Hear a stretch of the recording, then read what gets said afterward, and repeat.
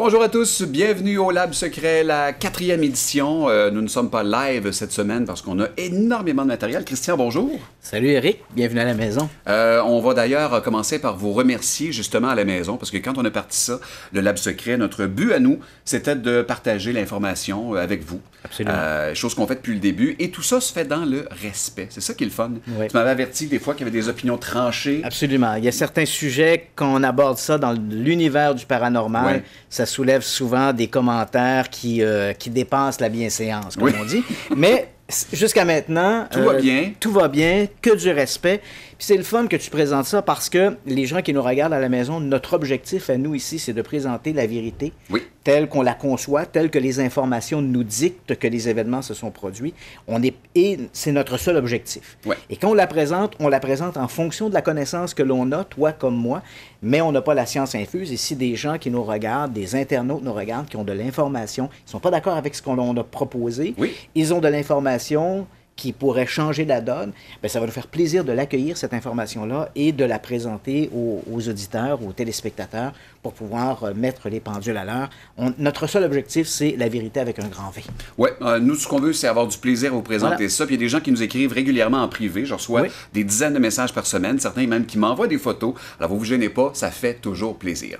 On parlait entre autres aujourd'hui du Mothman, l'homme papillon. Ouais, l'homme phalène, hein, c'est une histoire qui remonte aux années 60 et c'est l'une des histoires les plus populaires dans l'univers du paranormal, associée par la bande aux ovnis. C'est une histoire qui est rebondie continuellement. À l'origine, il y avait un livre de John Keel, The Mothman Prophecies, publié à la fin des années 60, début des années 70, et cet ouvrage est encore réédité aujourd'hui.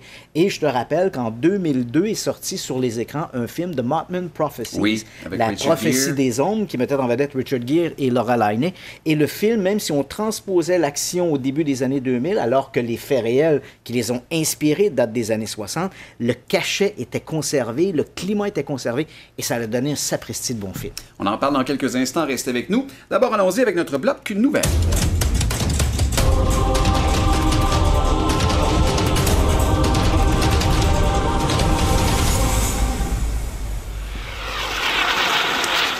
Bienvenue à ce bloc nouvelle et Christian, tu nous parles de plein de choses, mais vraiment intéressantes, des mises à jour, je vous dirais, sur des choses qui nous intéressent. Voilà. Tu sais que dans l'univers du paranormal, un sujet qui rebondit comme notre histoire de l'homme phalène, c'est l'histoire de la zone 51. D'abord, qu'est-ce que c'est que cette zone 51? Parce que tu vas voir, il y a une mise à jour importante qui a été faite à ce sujet-là. D'abord, la zone de la base 51, on parle ici d'une base qui se trouve dans le désert du Nevada. On est à peu près à 3 heures de route de Las Vegas, du côté, en se dirigeant vers le nord-ouest. Et à peu près à 20 km avant d'arriver à la base, tu vas te retrouver devant une guérite. Et cette guérite nous rappelle que la force mortelle est autorisée. Donc, OK, est-ce que c'est déjà arrivé que quelqu'un se présente et qu'on tire dessus? non, mais il y a des gens qui se sont fait arrêter dès qu'ils ont franchi la grille, parce que, évidemment, des petits... Écoute, Ouais. je peux te conter une anecdote. Il y a quelques années, je me trouvais là avec un caméraman pour faire un reportage pour la télé. Un autre chicken Et, ou quelqu'un de plus courageux? un peu plus courageux que mes histoires de fantômes. Et là, tu vois, lorsqu'on arrive près de la guérite d'entrée de la base, il y a des camions, des SUV que l'on peut apercevoir qui sont des agents attachés à la base qui surveillent les entrées. OK. On est en plein milieu du désert du Nevada. Là. Il y a, la ville la plus proche s'appelle Rachel. Puis Rachel, écoute, c'est une petite bourgade, 200 habitants à peu près. Donc, tu vois OK. un peu le genre. C'est le dernier coin de civilisation avant d'arriver à la base. Et là, on est à peu près une vingtaine de kilomètres avant la base. Il y a cette fameuse guérite et avec cet écriteau qui est plutôt inquiétant, Oui. Deadly Force Authorized. Alors, je m'amusais. Moi, je voyais les camionnettes, les SUV des agents secrets. Oui. Et je sautais d'un côté de la guérite et là, je revenais. Fait que là, je disais à mon caméraman, je suis dans la zone 51. Je sautais de l'autre côté. Je suis hors de la zone 51. Dans la zone 51, hors de la zone. Après avoir fait ça 3 ou 4 fois, l'une des camionnettes a parti un gyrophare, puis on a fait sonner un criant. T'es bien tannant. On m'a klaxonné en me disant, écoute, le petit comique, on t'a vu. Et là, c'est moi qui disais au caméraman, ici, on décrissait. Donc, ça te montre un peu, donc, cette base, cette Area 51. D'abord, Area 51, pourquoi? Parce que c'est simplement à cause des cartes du ministère de l'Énergie aux États-Unis. Durant la Deuxième Guerre mondiale, on a utilisé le désert du Nevada pour faire des détonations de bombes atomiques. Oui, c'est vrai. On préparait le projet Manhattan. Oui. Et on avait localisé des endroits où il y avait le moins de risque de retombées pour les populations civiles. Et on avait divisé ces secteurs-là en zones. Donc, la zone 50, zone 51, zone 52. Et là où se trouve aujourd'hui cette fameuse base, c'est dans cette zone 51, sur les cartes du ministère de l'Énergie. On parle ici du lit asséché d'un lac, Groom Lake, et la base en question se trouve sur la partie sud-est de la base. On va sur la partie sud-ouest, pardon, du lac. On va y revenir d'ailleurs. Et dans les années 50, cette base-là, elle est connue, là. C'est-à-dire qu'on dit que c'est la base ultra top secret. C'est vrai parce que c'est toujours un peu mystérieux ce qui s'y passe. On commence à les classifier depuis 7 ou 8 ans. Oui, voilà. On en parle beaucoup. Et c'est vrai qu'elle est bien connue, cette base-là, des spécialistes de l'aéronautique. Et pourquoi elle est bien connue? Parce qu'elle est en fonction depuis les années 50. Et à partir des années 50, on y a construit les avions les plus secrets des États-Unis. Donc, on a commencé par la construction de l'avion U-2. La base a été construite en 1952 et c'était à l'époque un consortium entre la compagnie Lockheed, la CIA et l'US Air Force. Et on y a construit le premier avion espion, le fameux avion espion U-2. On a d'ailleurs des images à ce sujet-là. Donc, on y a construit l'avion U-2, dont les Américains n'ont découvert l'existence qu'en 1960, même si l'avion existait depuis 1952.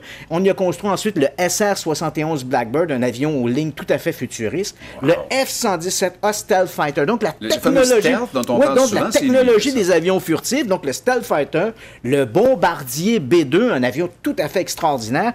Et puis, on y a mis, au cours des dernières années, on y a mis en service, on y a travaillé sur l'évolution des drones, qui sont maintenant devenus une arme d'utilisation courante dans la guerre qu'on livre, par exemple, au Moyen-Orient contre Al-Qaïda, le terrorisme, bon. Et je mentionnais aux gens que les drones dont tu parles, ce ne sont pas les drones domestiques que tout le monde a, mais bien des avions sans pilote. Voilà, exactement. Donc, on parle ici bel et bien de drones militaires. Et la base de la zone 51, on le comprend, les activités ont toujours été gardées très secrètes parce qu'on y fabriquait les avions de demain ou on y travaillait à des éléments qui allaient devenir des outils importants dans l'arsenal militaire. Donc, d'où la raison de conserver le secret. Mais c'est pas ça qui intéresse les amateurs de mystère et les ovnis. L'histoire de la base 51 pour le public en général apparaît à la fin des années 80. Un individu du nom de Robert Lazar, que l'on voit ici, sort de l'ombre et Robert Lazar va accorder des entrevues aux médias en disant « Je suis ingénieur et on m'a engagé pour travailler dans cette mystérieuse base de la zone 51, non pas pour y construire des drones ou des avions militaires, mais dans cette base, de dire Robert Lazar, on y conserverait des ovnis capturés par les autorités militaires américaines, le fameux ovni de Roswell, et on en aurait capturé d'autres. Et là, Robert Lazar dit, mon travail à moi était de faire du reverse engineering, donc de la rétro-ingénierie. Il devait prendre des engins de nature extraterrestre, on va en voir un d'ailleurs, ce qu'il appelle le vaisseau Scout. Donc, il devait prendre ces engins-là, on y croit, oui, il devait prendre ces engins-là, les déconstruire, hein, et de voir comment on pouvait appliquer cette technologie. Tenter d'en apprendre un peu plus. Voilà, pour l'appliquer sur les avions qu'on construisait. Cette histoire-là a soulevé énormément d'intérêt de la part des amateurs d'OVNI. Pour te dire, par exemple, à l'époque, la base, la zone 51 n'était pas aussi étendue qu'elle l'est aujourd'hui. Okay. À l'époque, la base était... On pouvait s'approcher à peu près à une dizaine de kilomètres de la base et il y avait des montagnes qu'on appelait Freedom Ridge qui encerclaient la base. Oui. Et à partir du moment où l'histoire de Robert Lazar a été publiée, Bob Lazar, comme on dit, a été publiée dans les médias, les amateurs d'OVNI se sont donné rendez-vous sur Freedom Ridge. On débarquait là avec des jumelles, des appareils photo avec des puissants téléobjectifs. Et là, on photographiait les activités de la base. Les amateurs d'OVNI étaient intrigués parce qu'ils disaient « On voit des lumières qui volent au-dessus de la base. » J'espère. C'est une base où on développe des avions. Donc, il y avait quelque chose. Mais c'est vrai que cette invasion des amateurs d'OVNI mettait à jour quand même des activités militaires secrètes, tant et si bien que les autorités ont racheté Freedom Ridge et ont repoussé d'une dizaine de kilomètres maintenant les fameuses limites de cette zone 51. Donc, c'est à peu près là où on s'en trouve. Et là, bien évidemment, il y a toutes sortes de rumeurs qui continuent de circuler, même si on sait qu'on y développe des avions.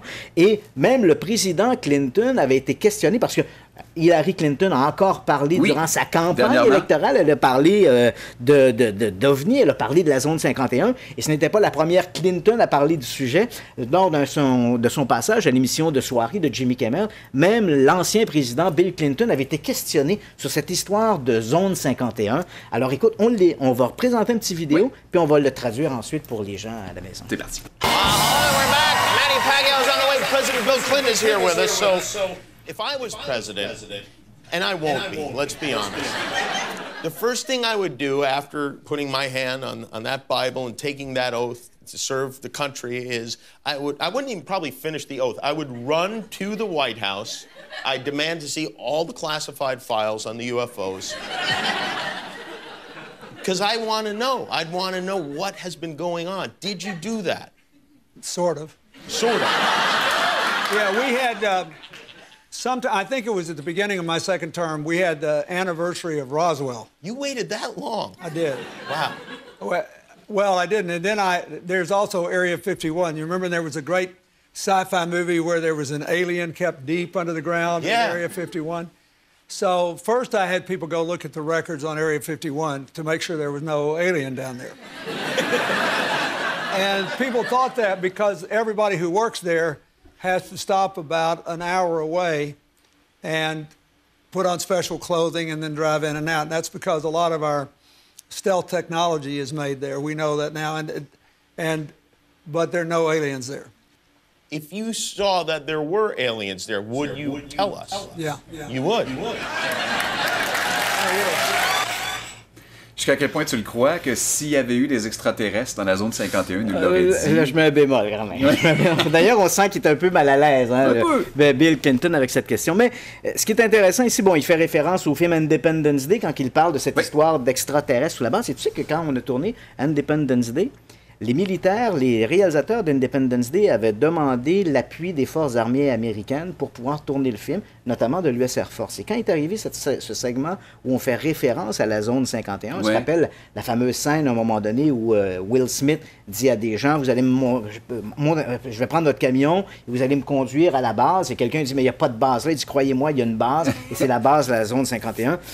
Lorsque les militaires ont vu ce segment-là, ils se sont désistés. Et c'est la raison pour laquelle l'US Air Force n'a pas participé au film Independence Day à cause de cette référence à la base de la zone 51. Oui, mais c'est d'appuyer encore plus sur le mythe, c'est de rajouter de l'huile sur le feu. Absolument. Bon, bref, et tout ça pour dire que ce que Bill Clinton explique, c'est que les gens lui posaient des questions sur la zone 51. Jimmy Kimmel lui dit, si j'avais été président, la première chose que j'aurais fait, c'est de vérifier les filières sur les ovnis, parce que, comme beaucoup d'Américains et beaucoup de Canadiens aussi, on veut savoir est-ce que oui ou non, il y a des extraterrestres. Mais t'aurais fait ça toi aussi. Sûrement. Et là, Bill Clinton dit, c'est en fait ce que j'ai fait un peu.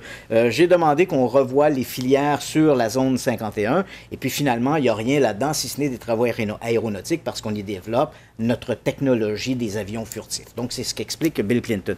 Mais effectivement, ça ne fait pas taire tout le monde. Non. Des gens se réfèrent à Bob Lazar, à son récit de « J'ai travaillé sur des secours volants ». Il faut quand même préciser que depuis, quand même, des gens se sont intéressés au discours de ce Robert Lazar, de Bob Lazar, pour découvrir que le bonhomme en question est un peu un menteur pathologique. C'est-à-dire, il dit « Je suis ingénieur ». On lui a posé la question « OK, est-ce que tu fais partie d'une association d'ingénieurs? » Non, pas du tout. Ah, OK, tu as fait tes études à quel endroit? Alors, il prétendait avoir fait ses études au MIT et aussi à la Caltech, la California Institute of Technology. Or, quand on vérifie dans ces filières-là, Bob Lazar n'apparaît nulle part. Et là, Bob Lazar de répondre, c'est parce que les méchantes autorités américaines essaient de me faire disparaître de la carte. Mais de toi à moi, on sait bien qu'on est allés tous les deux à l'université. Lorsque tu sors de l'université, tu as la classe de 1984. Tous les étudiants ont le livre des gradués. Exact. Et les autorités militaires ne sont pas allées dans chaque domicile de chaque ancien étudiant pour effacer la petite photo de Robert Lazar. Et on a posé également à Robert Lazar des questions, la fameuse question qui tue. Mais quand tu étais à l'université, quel était le nom de tes professeurs? Je m'en rappelle pas. Quel était le nom de tes compagnons de classe qui pourraient témoigner que tu étais là? Je m'en rappelle pas non plus. Ça donne-tu bien? Qui était la belle blonde, la cheerleader sur laquelle tu avais un œil? Je m'en rappelle pas non plus. Peut-être que les femmes ne l'intéressent pas aussi. Peut-être. Donc, Bob Lazar a des trous de mémoire qui sont particulièrement discutables. Quoi qu'il en soit, cette zone de la base 51, cette base de la zone 51, comme tu le sais, continue d'alimenter beaucoup d'intérêt. Et voilà que on en parle encore cette semaine parce que Google Maps et Google Earth, donc par ce logiciel, on le sait, ils font des mises à jour régulièrement de certaines régions du monde. Et là, c'est la région de la base de la zone 51, cette région du désert du Nevada qui a été mise à jour. La qualité des images est extraordinaire. Absolument. Donc, on a fait ça à partir de nouvelles photographies satellites. Et donc, on plonge là, vers cette fameuse base que l'on va apercevoir sur la rive sud-ouest du lac asséché. Et là, on voit, ce sont ces installations militaires. Et la dernière fois où on avait eu des images de la zone 51, des images satellites de la zone 51, c'était il y a 5 ans. Donc maintenant, Google Earth, Google Maps fait une mise à jour. Et là, ce que l'on découvre, parce qu'il y avait une rumeur depuis quelques années qui disait que les activités de la base de la zone 51 étaient un peu au ralenti et que les autorités songeaient à transférer ces activités vers d'autres installations top secrètes aux États-Unis. On parlait même d'une base possible au Maine. Et là, voilà que ces fameuses images tout à fait extraordinaires, de très belle qualité de Google Earth, Google Maps, montrent non seulement cette fameuse base de la zone 51, mais si on compare ces photographies aux photographies d'il y a 5 ans, on constate que la base, non seulement n'est pas sur le point de fermer, au contraire, elle s'est agrandie et on y a construit de nouveaux hangars, des hangars d'ailleurs très importants. L'un d'entre eux fait plus de 200 pieds de long. Wow! Alors, c'est énorme comme hangar. On y a installé également de nouvelles rampes d'accès. Donc, on voit qu'il y a une activité fébrile qui se passe dans cette fameuse base de Groom Lake. On jase, quand tu dis tantôt que peut-être qu'ils veulent la déménager dans le Maine, c'est peut-être pour ça qu'on a permis à Google Maps d'avoir de nouvelles images, parce qu'on a également l'élévation de tous les buildings. Bâtiments. On a tout ça. Il n'y a plus rien maintenant qui est caché. À peu près là. de secret. Donc, peut-être parce qu'on va le déménager que ça n'a plus d'importance. Ah, là, tu te fais l'avocat des conspirationnistes. Oui, j'aime mais ça. c'est sûr que les amateurs du domaine de l'aéronautique, eux, ont une toute autre explication pour ça. Pour eux, les nouvelles installations de la base de Groom Lake vont servir éventuellement à développer les avions de demain. Et par avion de demain, on parle, écoute, d'un bombardier furtif qui serait complètement téléguidé, contrôlé à partir du sol, à partir en fait d'une cabine de simulation avec un pilote à bord. Sûrement invisible au radar également. Donc l'appareil serait... donc technologie furtive, l'appareil est invisible au radar, mais il n'y a plus de pilote à bord. On parle d'un bombardier, non plus d'un drone. On parle bel et bien d'un bombardier. Tu t'imagines, c'est de la science-fiction. Le pilote assis dans une cabine de pilotage à même le sol, son casque, et va contrôler ce bombardier pour des missions d'attaque. À la limite, c'est triste, parce que ça devient un jeu vidéo pour cette personne-là de tuer du monde. Oui, c'est vrai qu'on est loin du terrain, le terrain de combat, mais en même temps, on le comprend que dans une guerre, l'objectif ultime, non seulement c'est la victoire, mais également de sauver ses troupes, bien sûr. Donc, c'est probablement ce qui se passe en ce moment dans cette base de la zone 51. Et bon, ben, qui sait? Peut-être aura-t-on de nouveaux hangars également pour déconstruire des soucoupes volantes. En tout cas, attendons des nouvelles preuves pour... Parlant de soucoupes volantes, laisse-moi te présenter, je pense, le pire site d'extraterrestres, parce qu'il y a beaucoup de sites comme Third Phase of Moon, entre autres, qui présentent à tous les mois la compilation des meilleures vidéos paranormales, les vidéos de UFO qui ne sont pas capables d'expliquer. Third Phase of Moon et quelques autres, c'est quand même fiable. Celui que je vais vous présenter ne l'est pas, mais ne l'est absolument pas. Le site s'appelle iUFO Sightings et je pense que le gars fait lui-même tous ses vidéos parce que c'est de mauvais en mauvais. Il n'y en a pas un qui est meilleur que les autres. Mais ça, c'est assez typique du domaine du paranormal. C'est le royaume des photos floues et des mauvais films. Oui, et dans ce cas-ci, je pense que lui prend de bonnes images et les détruit un peu parce que c'est la façon de faire. Les gens qui veulent refaire de l'extraterrestre là, vont prendre quelques photos de soucoupes volantes pour les intégrer dans une image de bonne qualité, vont dégrader l'image. Mais regarde, je vais te le montrer, tu vas comprendre, c'est vraiment pas beau. All right, let's take a look at our footage here. We don't have an exact location on it, but obviously it comes from a lake. You can see over here there is a definite reflection on the water. Honnêtement, c'est pas laid, là. J'ai déjà vu pire, là. Mais si tu prends le temps de regarder, le moindrement, ce gars-là ne s'est pas forcé. Je vais te donner un exemple, à quel point ça peut être facile. Ça, c'est moi qui ai fait ça. J'ai fait ça à partir de 3 photos prises sur Google, une vidéo d'oiseau qui bouge en arrière, et l'eau, c'est un plugin à 49 $ que j'ai utilisé dans After Effects. Ça a pris 2 heures. Mieux que ça, je suis allé en ligne voir un logiciel qui s'appelle Lumen RT. Les atmosphères que tu vois là, la Terre et tout ça, c'était déjà inclus dans la version démo du logiciel. Je n'ai pas payé pour ça. Et le vaisseau spatial que tu vois là, j'ai écrit UFO.3D sur Internet. Ça m'a sorti cet objet-là qui est tout à fait gratuit, que j'ai importé dans le logiciel, que j'ai éclairé, et j'ai réussi à faire ça encore une fois en 2 heures. Naturellement, ce n'est pas du photoréalisme. Si j'avais pris 5 heures, j'aurais pu réussir à faire quelque chose, à faire croire quelque chose finalement avec tout ça. Absolument. Donc, ce site-là est à déconseiller. Si vous avez du temps à perdre, allez-y. Oh, pardonnez-moi. Mais on vient de perdre une caméra. Oh, Bon, okay. ben écoute donc, pendant que tu vas me parler de ton autre sujet, tu vas me parler de Europe, on va aller changer les batteries, c'est ça la télé en direct.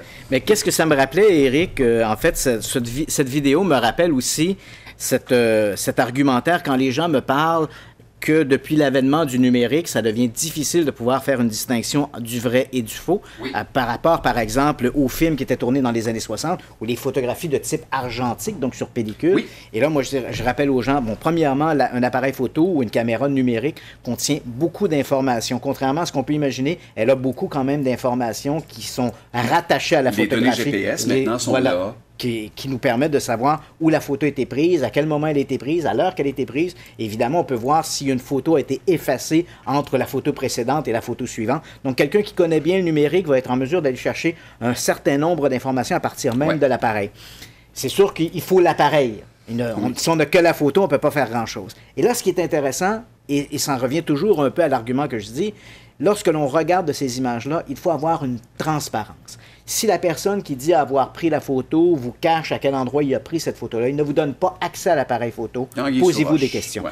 Pour qu'une photo puisse être analysée, pour qu'un dossier puisse être solide, il faut avoir cette transparence, savoir qui a pris la photo, dans quelles conditions elle a été prise, où il se trouvait, à quel moment, avec qui, donc tout l'accès à ces informations-là. À défaut de cette information-là, comme je dis souvent, pas de source, pas de crédibilité. Exactement. Et c'est un peu, malheureusement, on le voit avec ton vidéo, la première chose que l'on voit, c'est source inconnue. Oui, donc toutes ces sources sont inconnues, supposément pour protéger la personne. Là, à ce moment-là, sur le plan journalistique, ça n'a absolument aucune valeur. On regarde ça, c'est divertissant, mais ça s'arrête au divertissement. Voilà, exactement.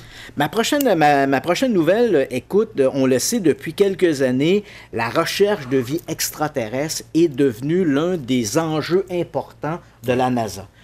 Il y a 2 raisons à ça. Bien sûr, il y a cet intérêt en tant que la connaissance. Est-ce que nous sommes seuls? Est-ce qu'il y a de la vie ailleurs dans l'univers? Et est-ce que cette vie a pu se développer au point de créer une civilisation intelligente? Donc, la vie intelligente elle-même. Mais également, il ne faut pas se le cacher, c'est un sujet qui passionne le public et si la NASA veut voir ses budgets renouvelés d'année en année, il doit avoir le support du public. Et là, elle s'est trouvée un créneau important. C'est vrai que les gens aiment cette idée-là de la recherche de la vie extraterrestre. Et cette semaine, on a fait un nouveau bond en avant dans cette recherche de la vie extraterrestre. La NASA a tenu il y a quelques jours une conférence de presse annonçant que on a un satellite de Jupiter qui a toujours été très intéressant. On le voit ici, c'est Europe. C'est l'une des 67 lunes de Jupiter. On voit, elle a une surface gelée et craquelée.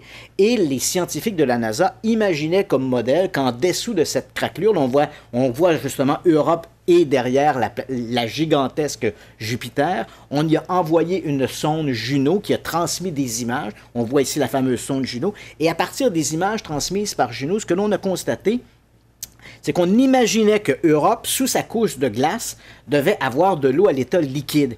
Et là, voilà que des images transmises par Juno montrent que non seulement il y a des geysers d'eau bouillante qui jaillissent d'Europe, mais que... C'est sûr, c'est pas une photo de ma face quand j'avais 14 ans, ça? C'est pas mon épiderme. On était bien survécu et on sait maintenant, ces geysers-là, écoute, on crache de l'eau à l'état liquide à plus de 200 km dans l'espace. Oh my God, OK. Donc, c'est énorme. Donc, maintenant, ce n'est plus qu'une spéculation. La NASA sait maintenant qu'il y a bel et bien de l'eau à l'état liquide sous la couverture de glace de Europe.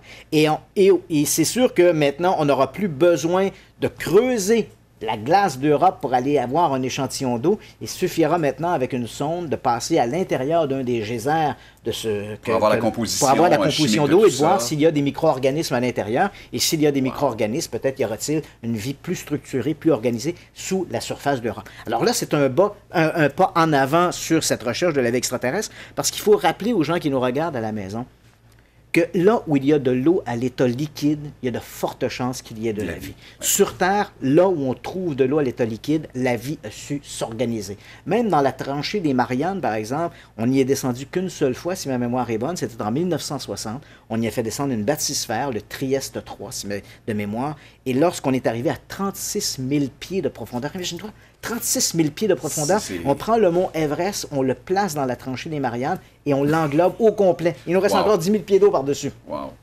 Et quand on est descendu au fond de la tranchée des Mariannes, on s'attendait, les deux scientifiques qui étaient à bord, s'attendaient à ne rien voir et pourtant on y a vu des poissons qui vivaient à ces profondeurs-là, 36 000 pieds de profondeur. Donc, et on sait, par exemple, qu'il y a des lacs sur Terre qui sont composés de fortes teneurs en ammoniac. Je pense, par exemple, en Californie, où il y a des lacs qui sont saturés en ammoniac et en sel.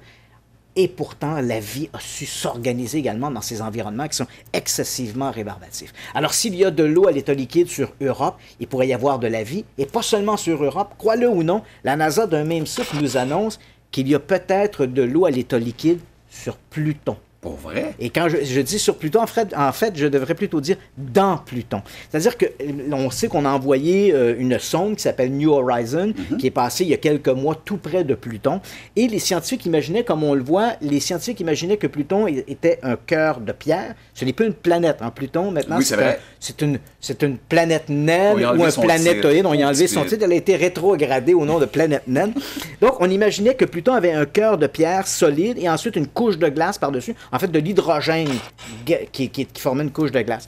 Et maintenant, la NASA est arrivée à la conclusion, en regardant des structures, des formations géologiques sur Pluton, on en arrive à la conclusion que sous cette couche d'hydrogène glacé, il y aurait bel et bien une couche d'eau liquide entre le noyau rocheux et la couverture de glace de Pluton. Donc là encore, on vient de faire de Pluton une nouvelle candidate à la possibilité d'avoir des formes de vie. Que c'est intéressant. Ben, en terminant, moi, je vais te présenter quelqu'un que tu ne connais pas, qui est un super-héros en soi, qui fait un peu notre travail, qu'on appelle Captain Désillusion. Je ne sais pas, je vais te sortir son nom.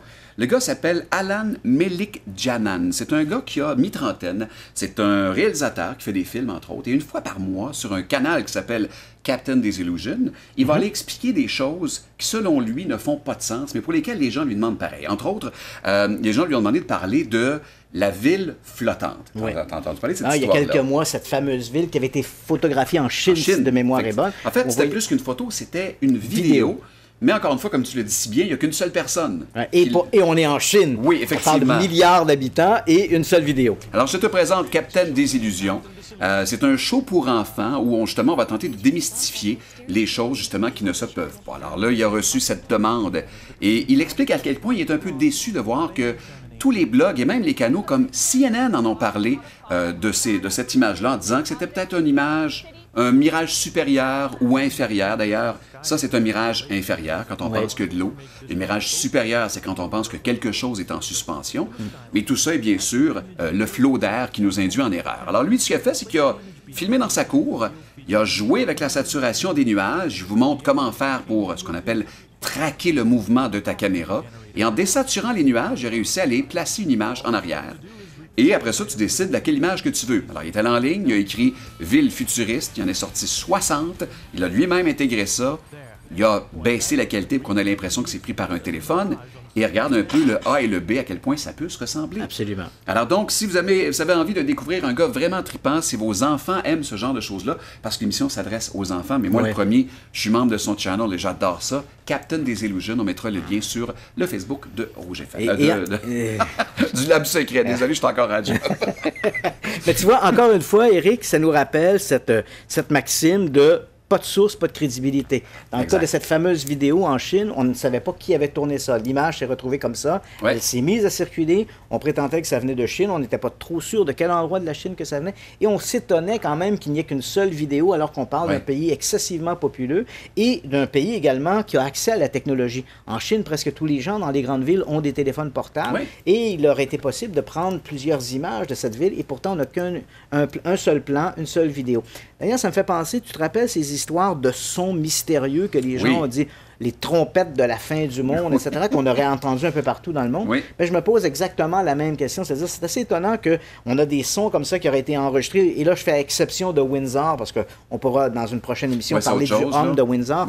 Mais dans le cas de ces hums, de ces bruits mystérieux, on en aurait qui viendraient, par exemple, d'Europe, d'Angleterre, qui viendraient du Canada. Et c'est tout le temps, c'est jamais des cas uniques, c'est jamais un grand réseau, c'est jamais TVA, c'est jamais CBC, c'est toujours des gens, quelque part, qui ont filmé ça mystérieusement, alors qu'on s'étonne pourquoi est-ce que les grands réseaux, eux, ne sont pas sur place pour filmer ça. Et je sais ce qui va arriver. Il y a sûrement quelqu'un qui nous écoute présentement qui va dire « Oui, mais je connais quelqu'un qui l'a entendu. » Mais cette personne-là qui l'a entendu, c'est si fort, comment se fait-il qu'il est le seul à l'avoir entendu? Donc, il faut se questionner. Ça ne veut pas dire qu'on rejette les témoignages, mais il faut quand même se questionner sur les sources et faire une investigation avant de tirer des conclusions et de favoriser du surnaturel. On aura sûrement l'occasion d'en reparler. Ben voilà, c'était notre bloc nouvelle.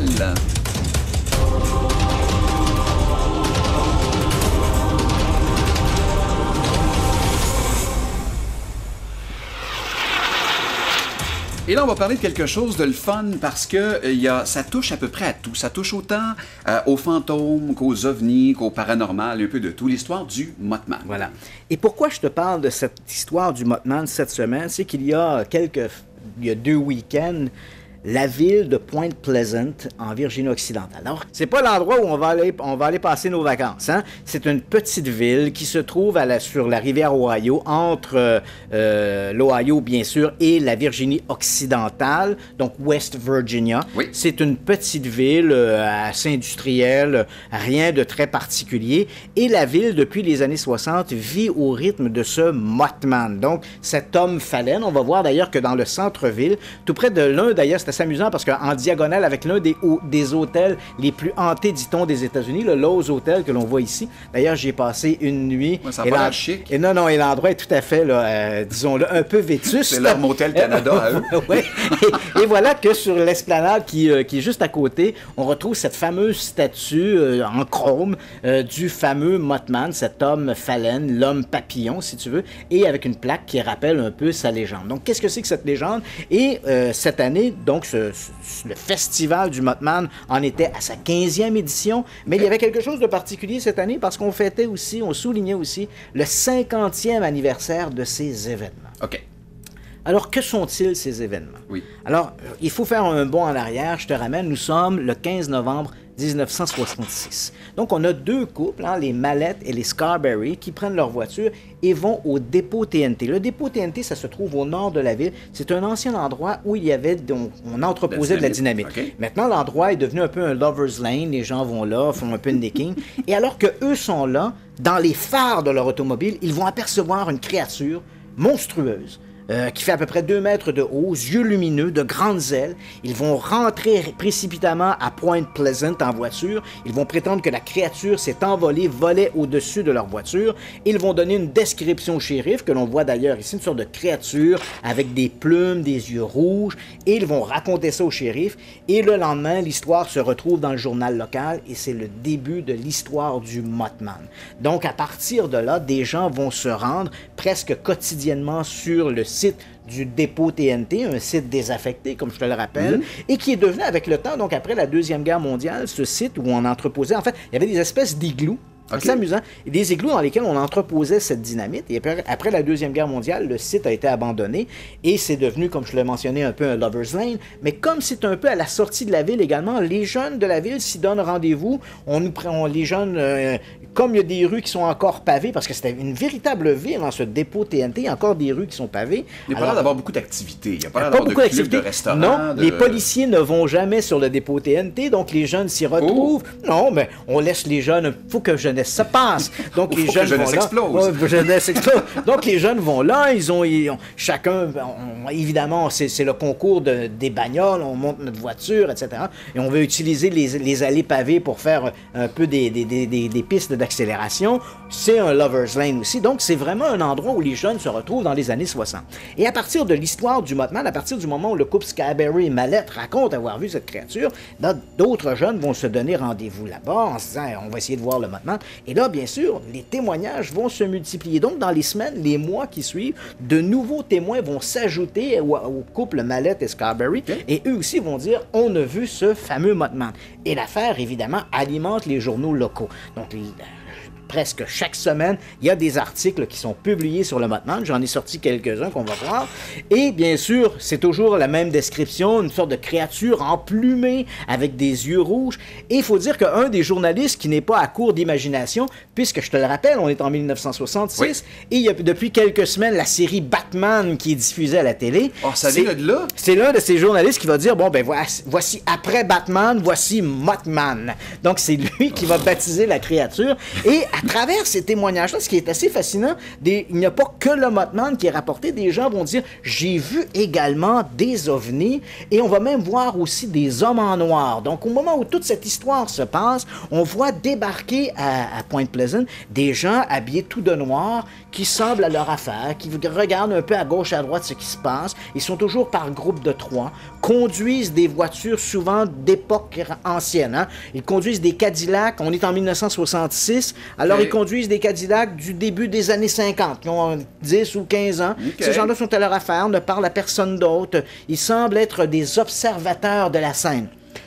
On a vu à la toute fin de notre petit clip de journaux une image d'un oiseau. Et pourquoi un oiseau? En fait, c'est un grand héron. Parce que, en fait, c'est une grue cendrée qu'on vient de voir à l'écran. Et pourquoi une grue cendrée? Parce qu'il faut dire que ce fameux dépôt TNT, après la Deuxième Guerre mondiale, après au moment où il a fermé, ce dépôt TNT est devenu une réserve faunique. Et à partir du moment où il devient une réserve faunique, il devient également un sanctuaire d'oiseaux. Il y a énormément d'oiseaux, et en particulier de ces fameuses grues cendrées. Et là, des journalistes se disent oh, c'est curieux parce que la créature que les gens décrivent ressemble un peu à un oiseau. Hein? Et est-ce que le fameux Mothman ne serait pas simplement une erreur de confusion avec un grand oiseau? Quoi qu'il en soit, c'est cette histoire, et puis va arriver. On est en 1960, un an plus tard, en fait 13 mois plus tard, le 15 décembre 1967, le pont qui relie Gallipoli à Point Pleasant, qui enjambe la rivière Ohio, va s'effondrer, faisant une quarantaine de morts. On voit des images d'archives à l'époque des médias qui avaient couvert l'événement. C'était un événement dramatique. En fait, c'était l'événement l'effondrement d'un pont qui avait fait le plus grand nombre de victimes dans l'histoire des États-Unis. C'est l'effondrement du Silver Bridge. Mais laisse-moi deviner, tantôt tu as parlé d'oiseaux de malheur et d'oiseaux annonciateurs. Est-ce qu'il y a des gens qui l'auraient vu avant l'effondrement? Voilà. Donc, juste avant l'effondrement, des gens disent avoir aperçu la silhouette du Mothman près du pont, près du Silver Bridge. Alors là, évidemment, des gens, vont dire que peut-être que le Mothman était annonciateur de cette catastrophe. Et c'est vrai qu'après l'effondrement du Silver Bridge, les apparitions du Mothman vont diminuer. Elles ne cessent pas instantanément, mais dans les semaines qui suivent, les mois qui viennent, on voit de moins en moins la créature et finalement l'affaire finit par mourir d'elle-même. L'affaire du Mothman est terminée. Donc on est début 68, le Mothman, c'est fini. Alors, qu'est-ce qui va se produire à ce moment-là? Bien, évidemment, une si bonne histoire aurait pu mourir au feuilleton, mais c'est pas le cas. Après que l'histoire ait trouvé écho dans la presse, après la chute du Silver Bridge, évidemment, des gens qui s'intéressent aux histoires mystérieuses vont s'intéresser à cette affaire-là. Et l'un d'entre eux s'appelle John Keel. John Keel est un amateur de mystère, c'est un bonhomme qui fait à peu près, autant dans les ovnis que dans les histoires de fantômes, que dans les histoires bizarres. John Keel entend parler de cette histoire-là. Il décide de se rendre à Point Pleasant, trouve des témoins, parle avec eux, et John Keel, faut que je te dise que c'est le roi des associations. Donc Keel débarque sur place. Il va colliger toute une série de témoignages, souvent d'histoires tout à fait hétéroclites.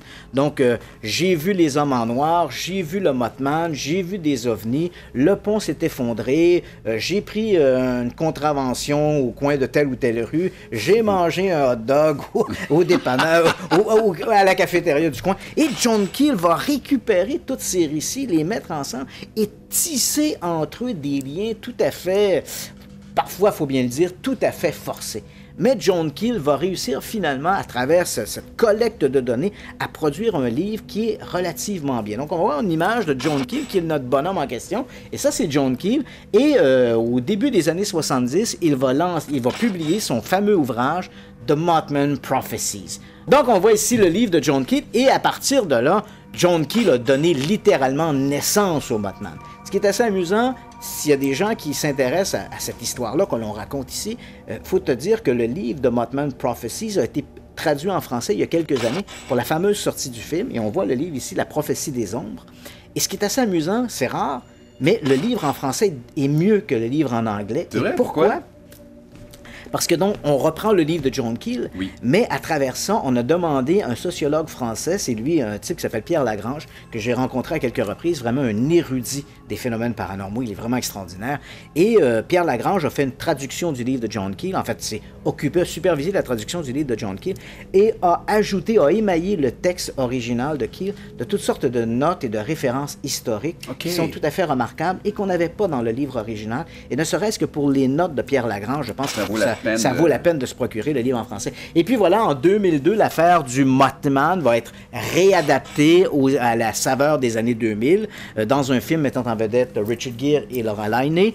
Comme je l'ai mentionné en début d'émission, on prend les activités de les événements de 1966-67, on les transpose au début des années 2000, mais on garde à peu près la même trame. Donc c'est cet amalgame d'événements étranges, bizarres, de coïncidences mystérieuses et qui vont bien sûr se finir avec l'effondrement du pont, le Silver Bridge. Oui. Donc toute la trame est là et le film est particulièrement bien réussi. Je me rappelle de ce film-là. C'est un film avec un climat extraordinaire et on a bien réussi à faire ce film-là.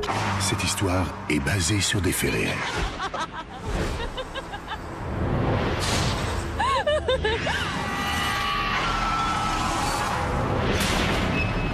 911, on a eu un accident. Tu ne l'as pas vu, toi, n'est-ce pas? Vu quoi? Qu'est-ce que tu as vu? En septembre 1967, à Point Pleasant, aux États-Unis, 9 personnes aperçoivent une silhouette. Qu'est-ce qu'on fait quand une personne vient vous dire qu'elle a vu ceci dans son jardin? Qui vous a montré ça? Elles meurent toutes. La nuit dernière, j'ai vu quelque chose que je ne peux pas vous dépeindre. Qu'est-il arrivé à ma femme? 2 mois plus tard, 99 personnes aperçoivent la même silhouette. J'ai besoin de savoir ce que c'est. N'ayez pas peur. Quelque chose de terrible va bientôt arriver.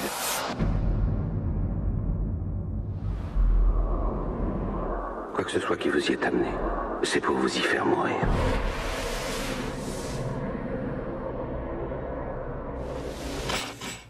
Voilà. Comme vous le savez, on ne ment pas ici, on a perdu une caméra, fait que jusqu'à la fin, ce sera uniquement ces 2 caméras-là. Je vais vous avertir, OK? Donc, c'est un excellent film. Oui. Mais maintenant, évidemment, la grande question qu'on doit se poser, c'est qu'est-ce qu'il y a de vrai dans toute cette histoire de Mothman? Donc oui, les témoignages, les gens disaient avoir vu cette créature emplumée avec des yeux rouges. Est-ce que tout ça est vrai? Évidemment, le témoignage est excessivement faible et le témoignage reste toujours quelque chose d'anecdotique. Ouais. Je me suis rendu à Point Pleasant et on va voir des images. J'ai fait moi aussi ma recherche du Mothman. Oui. J'ai eu une excellente collaboration des autorités. J'ai pu faire ressortir, par exemple, les documents originaux. J'ai fait sortir les rapports de police. C'est qui ce beau garçon-là? C'est devant la statue du Mothman. Et oui, bon, et j'ai fait sortir les rapports de police. D'ailleurs, on voit ici le Silver Bridge à l'époque, le pont de la voie ferrée derrière. Et là, on me voit à peu près à l'endroit où se trouvait le Silver Bridge. Il y a un mémorial maintenant qui rappelle que c'est à cet endroit que se trouvait le Silver Bridge. Et là, je vous amène dans ce fameux dépôt TNT qui est interdit de visiter maintenant, mais on retrouve ces fameux igloos où on trouvait il y avait les dépôts de dynamite.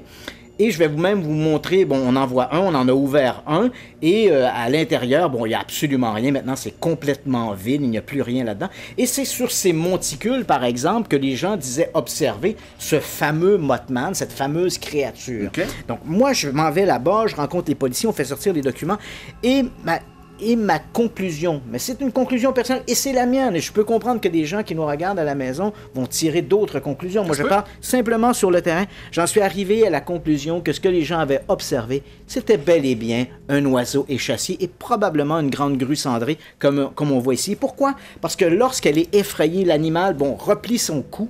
Et là, bien évidemment, sa tête se retrouve sur sa poitrine. Ouais. On a ses fameux yeux lumineux. Parce que les gens vont voir un peu cette créature-là ici, un peu comme l'homme papillon. Mais en réalité, ce n'est pas cette créature que les gens... On va voir, on a une petite créature là devant... Là, on voit parce qu'il y a tout un commerce. Il y a merchandising. Un merchandising, des chandails, des tasses, des porte-clés. On voit une petite créature là, grisâtre ici. Tu vois donc 2 grandes ailes, des yeux rouges, c'est ce que les gens disaient avoir observé. Ouais. Et non pas ce grand homme papillon comme on l'a réadapté aujourd'hui.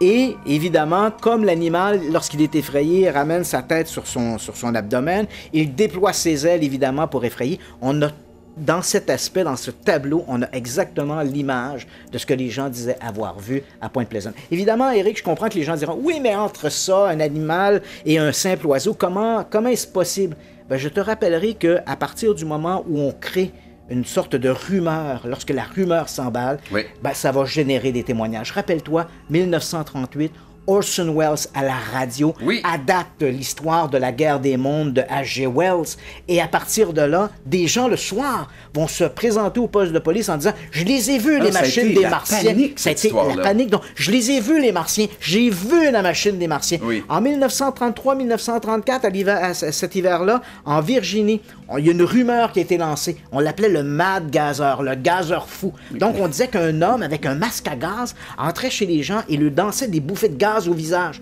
Et à partir du moment où la rumeur a été lancée, des dizaines et des dizaines de témoignages, des gens sont allés voir les policiers, ont dit « Je l'ai vu, le Mad Gazer, je l'ai vu sur la rue. » Il n'a jamais existé, ce Mad Gazer. Donc, il suffit dans bien des cas qu'une rumeur s'emballe pour générer des témoignages. Et je pense que c'est exactement ce qui est arrivé à Pointe-Pleasant en 1966. Ce que je trouve dommage dans ce que tu viens de dire, c'est que ma blonde va utiliser le Mad Gazer pour que ce soit mon nouveau surnom le soir quand je me couche, alors que la nuit, ça arrive des fois que je gaze les troupes.